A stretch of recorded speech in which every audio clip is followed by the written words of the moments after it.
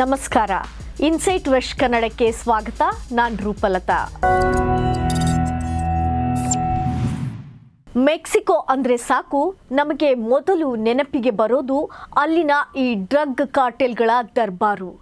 ಆದರೆ ಈಗ ಅದೇ ಮೆಕ್ಸಿಕೋದಲ್ಲಿ ಬೆಂಕಿ ಹೊತ್ತಿಕೊಂಡಿದೆ. ಬೀದಿ ಬೀದಿಯಲ್ಲೂ ಬಡಬಾಗ್ನಿ ಹೊತ್ತಿ ಉರಿಯುತ್ತಿದೆ. ಅದಕ್ಕೆ ಕಾರಣ ಒಂದು ಸಾವು. ಆ ಒಬ್ಬನ ಸಾವು ಇನ್ನೂ ಅದೆಷ್ಟು ಸಾವಿಗೆ ಕಾರಣವಾಗಲಿದೆಯೋ ಗೊತ್ತಿಲ್ಲ. ಅಷ್ಟಕ್ಕೂ ಆಗಿದ್ದೇನು ಗೊತ್ತಾ?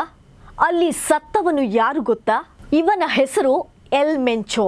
ಇವನೇನು ಸಾಮಾನ್ಯದವನಲ್ಲ. ಮೆಕ್ಸಿಕೋದಲ್ಲಿರೋ Jalisco new generation cartel CJNG ಅನ್ನೋ ಡೇಂಜರಸ್ ಗ್ಯಾಂಗ್ನ ಬಾಸ್.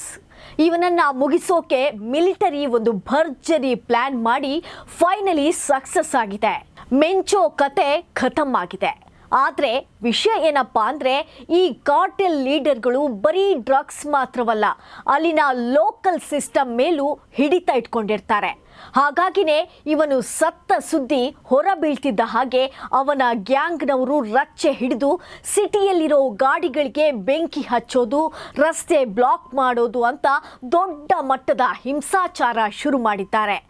ಅಲ್ಲಿನ ಪರಿಸ್ಥಿತಿ ಎಷ್ಟು ಕೆಟ್ಟದಾಗಿದೆ ಅಂದರೆ ಬೇರೆ ದೇಶದವರು ತಮ್ಮ ಪ್ರಜೆಗಳಿಗೆ ಸದ್ಯಕ್ಕೆ ಮೆಕ್ಸಿಕೋಗೆ ಹೋಗಬೇಡಿ, ಒಂದು ವೇಳೆ ನೀವಲ್ಲೇ ಇದ್ರೆ ಜೋಪಾನವಾಗಿರಿ ಅಂತ ಟ್ರಾವೆಲ್ ಅಡ್ವೈಸರಿ ಕೊಡ್ತಾ ಇದ್ದಾರೆ.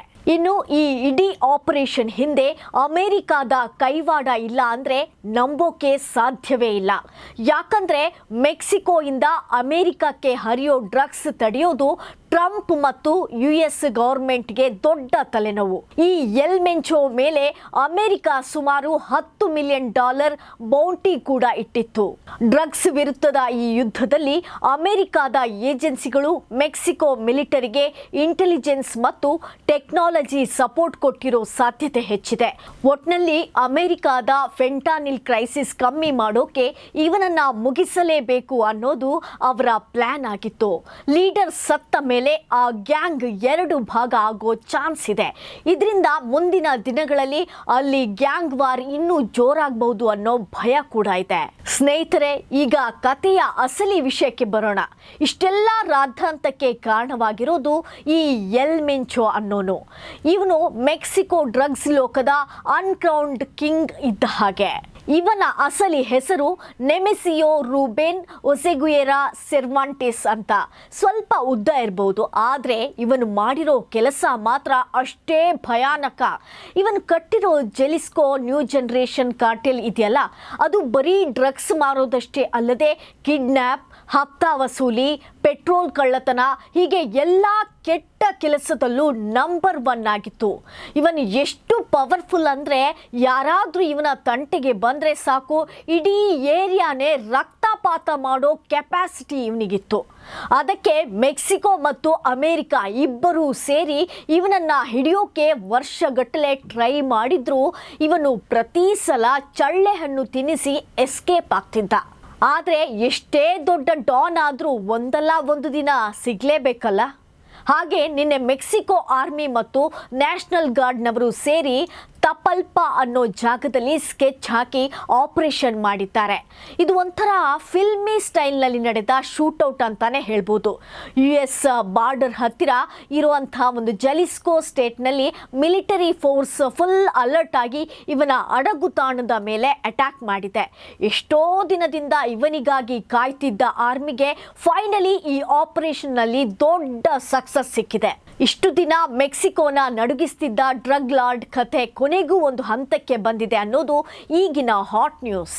ಒಂದು ಕಡೆ ಆರ್ಮಿ, ಇನ್ನೊಂದು ಕಡೆ ಇವನ ಗ್ಯಾಂಗ್, ಇಬ್ಬರ ಮಧ್ಯೆ ಫುಲ್ ಫೈಟಿಂಗ್ ನಡೆದು ಗುಂಡಿನ ಮಳೆನೇ ಸುಡ್ತಿದೆ. ಈ ಗ್ಯಾಂಗ್ ವಾರ್ನಲ್ಲಿ ಎಲ್ ಮೆಂಚೋಗೆ ಏಟು ಬಿದ್ದು ಹಾಸ್ಪಿಟಲ್ಗೆ ಹೋಗುವಂಥ ದಾರಿಯಲ್ಲಿ ಇವನ ಕಥೆ ಮುಗಿದು ಹೋಯ್ತಂತೆ. ಇವನೊಬ್ಬನೇ ಅಲ್ಲ, ಇವನ ಜೊತೆಗಿದ್ದ ಇಡೀ ಗ್ಯಾಂಗ್ನ ಮೆಂಬರ್ಸ್ ಕೂಡ ಈ ಆಪರೇಷನ್ನಲ್ಲಿ ಫಿನಿಶ್ ಆಗಿದ್ದಾರೆ. ಇದು ಮೆಕ್ಸಿಕೋದ ಈ ಡ್ರಗ್ ಮಾಫಿಯಾ ಸಾಮ್ರಾಜ್ಯಕ್ಕೆ ಬಿದ್ದಿರೋ ಅಂತಿಮ ಯಮಪ್ರಹಾರ ಅಂದ್ರೂ ತಪ್ಪಾಗಲ್ಲ ಬಿಡಿ. ಇನ್ನೊಂದು ಮುಖ್ಯವಾದ ವಿಷಯ ಅಂದ್ರೆ ಈ ಆಪರೇಷನ್ ಹಿಂದೆ ಅಮೆರಿಕಾದ ಕೈವಾಡ ಕೂಡ ಇದೆ. ಅಮೆರಿಕಕ್ಕೆ ಈ ಮೆಕ್ಸಿಕೋ ಡ್ರಗ್ಸ್ ಅಂದ್ರೆ ಮೊದಲಿನಿಂದಲೂ ಕೆಂಡದಂಥ ಸಿಟ್ಟು. ಅದರಲ್ಲೂ ಟ್ರಂಪ್ ಅಂತೂ ಇವರನ್ನ ಮುಗಿಸೋಕೆ ಸದಾ ಕಾಯ್ತಿರ್ತಾರೆ. ಎಲ್ ಮೆಂಚೋ ಸತ್ತ ಸುದ್ದಿ ಕಿವಿಗೆ ಬೀಳ್ತಿದ್ದ ಹಾಗೆ ಟ್ರಂಪ್ ತಮ್ಮ ಟ್ರೂತ್ ಸೋಷಿಯಲ್ ಆ್ಯಪ್ನಲ್ಲಿ ನಾವೇ ಗೆಲ್ತಾ ಇರೋದು ಅಂತ ಪೋಸ್ಟ್ ಹಾಕಿ ಸಂಭ್ರಮಿಸ್ತಿದ್ದಾರೆ. ಅವರಿಗೆ ಈ ಡ್ರಗ್ ಲಾರ್ಡ್ ಸತ್ತಿರೋದು ದೊಡ್ಡ ಮಟ್ಟದ ಗೆಲುವು ಅಂತಾನೆ ಫೀಲ್ ಆಗ್ತಿದೆ. ಒಟ್ನಲ್ಲಿ ಮೆಕ್ಸಿಕೋದಲ್ಲಿ ಶುರುವಾಗಿರೋ ಈ ಬೆಂಕಿ ಈಗ ಇಡೀ ಅಮೆರಿಕಾದವರೆಗೂ ಹಬ್ಬಿ ಸದ್ದು ಮಾಡ್ತಿದೆ. ಈ ಡ್ರಗ್ ಮಾಫಿಯಾ ಕಥೆ ಇವತ್ತು ನಿನ್ನೆಯದಲ್ಲ. 2015ರಲ್ಲೂ ಇವನನ್ನು ಹಿಡಿಯೋಕೆ ಟ್ರೈ ಮಾಡಿದಾಗ ಇವನು ಸಲೀಸಾಗಿ ಎಸ್ಕೇಪ್ ಆಗಿದ್ದ. ಆದ್ರೆ ಈ ಸಲ ಮೆಕ್ಸಿಕೋ ಗವರ್ಮೆಂಟ್ ಮತ್ತು ಅಮೆರಿಕ ಫುಲ್ ಸೀರಿಯಸ್ ಆಗಿ ಸಾಥ್ ಕೊಟ್ಟು ಇವನನ್ನು ಫಿನಿಶ್ ಮಾಡಿದ್ದಾರೆ. 2006ರಿಂದ ಇಲ್ಲಿಯವರೆಗೆ ನಡೆದಂಥ ಗ್ಯಾಂಗ್ ವಾರ್ಗಳಲ್ಲಿ ಸುಮಾರು 3.5 ಲಕ್ಷ ಜನ ಪ್ರಾಣ ಕಳ್ಕೊಂಡಿದ್ದಾರೆ. ಅಂದ್ರೆ ನೀವು ನಂಬಲೇಬೇಕು, ಅಲ್ಲಿ ತಲೆ ಕಡಿಯೋದು, ಬಾಂಬ್ ಹಾಕೋದು ಎಲ್ಲ ಇವರಿಗೆ ಒಂಥರ ಆಟ ಆಗ್ಬಿಟ್ಟಿದೆ. ಇತ್ತೀಚೆಗಂತೂ ಈ ಫೆಂಟಾನಿಲ್ ಅನ್ನೋ ಡೇಂಜರಸ್ ಡ್ರಗ್ ಬಂದ್ಮೇಲೆ ಇವರ ಹವಾ ಇನ್ನೂ ಜಾಸ್ತಿ ಆಗ್ತಿದೆ. ಇವತ್ತು ಸತ್ತ ಮೇಲೆ ಕತೆ ಮುಗಿತಾ ಅಂತ ಕೇಳಿದ್ರೆ ಇದು ಬರೀ ಚಾಪ್ಟರ್ 1. ಅಸಲಿ ಚಾಪ್ಟರ್ ಶುರುವಾಗಿರೋದೇ ಈಗ. ಯಾಕಂದ್ರೆ ಮೆಕ್ಸಿಕೋದಲ್ಲಿ ಈಗ ಆಗ್ತಿರೋದು ಅಂತಿಂತ ರಂಪಾಟ ಅಲ್ಲ. ಎಲ್ ಮೆಂಚೋ ಸತ್ತ ಸುದ್ದಿ ಕೇಳಿದ್ದೇ ತಡ ಅವನ ಗ್ಯಾಂಗ್ನವರು ಇಡೀ ದೇಶವನ್ನೇ ಸ್ಮಶಾನ ಮಾಡೋಕೆ ಹೊರಟಿದ್ದಾರೆ. Super market, bank, bus, car ಕಣ್ಣಿಗೆ ಕಂಡಿದ್ದನ್ನೆಲ್ಲ ಸುಟ್ಟು ಹಾಕ್ತಿದ್ದಾರೆ. ಹೈವೇಗಳನ್ನೆಲ್ಲ ಬ್ಲಾಕ್ ಮಾಡಿ ಫ್ಲೈಟ್ಸ್ ಕೂಡ ಕ್ಯಾನ್ಸಲ್ ಮಾಡಿಸಿದ್ದಾರೆ. ಅಂದ್ರೆ ಇವರ ದಾಂಧಲೆ ಎಷ್ಟಿದೆ ಅಂತ ನೀವೇ ಊಹಿಸಿ ನೋಡಿ. ಪಾಪ ಅಲ್ಲಿಗೆ ಹೋಗಿರೋ ಟೂರಿಸ್ಟ್ಗಳಂತೂ ರಾಕ್ಷಸ ಅಬ್ಬರದ ಮಧ್ಯೆ ಸಿಕ್ಕಿ ಹಾಕಿಕೊಂಡಿದ್ದಾರೆ. ಗೌರ್ಮೆಂಟ್ಗೆ ನಡುಕ ಹುಟ್ಟಿಸ್ಬೇಕು, ನಾವು ಇನ್ನೂ ಪವರ್ಫುಲ್ ಆಗಿ ಇದ್ದೀವಿ ಅಂತ ತೋರಿಸ್ಕೊಳ್ಳೋಕೆ ಇವರು ಈ ತರಹದ ಬೆಂಕಿ ಪ್ಲಾನ್ ಮಾಡ್ಕೊಂಡಿದ್ದಾರೆ. ಮೆಕ್ಸಿಕೋದಲ್ಲಿ ಪರಿಸ್ಥಿತಿ ಕೈಮೀರಿ ಹೋಗ್ತಿರೋದ್ರಿಂದ ಈಗ ಅಲ್ಲಿ ಸ್ಕೂಲ್, ಕಾಲೇಜ್ ಎಲ್ಲ ಬಂದ್ ಮಾಡಿ ಜನರಿಗೆ ಮನೆಯಲ್ಲೇ ಇರಿ ಅಂತ ಆರ್ಡರ್ ಮಾಡಿದ್ದಾರೆ. ನಮ್ಮ ಇಂಡಿಯನ್ ಎಂಬಸಿ ಕೂಡ ಅಲರ್ಟ್ ಆಗಿದೆ. ಮೆಕ್ಸಿಕೋದಲ್ಲಿರೋ ಭಾರತೀಯರಿಗೆ ಹುಷಾರಪ್ಪ, ಸದ್ಯಕ್ಕೆ ಆಚೆ ಬರಬೇಡಿ, ಎಲ್ಲಾದರೂ ಸೇಫ್ ಆಗಿರಿ ಅಂತ ವಾರ್ನಿಂಗ್ ಕೊಟ್ಟಿದ್ದಾರೆ.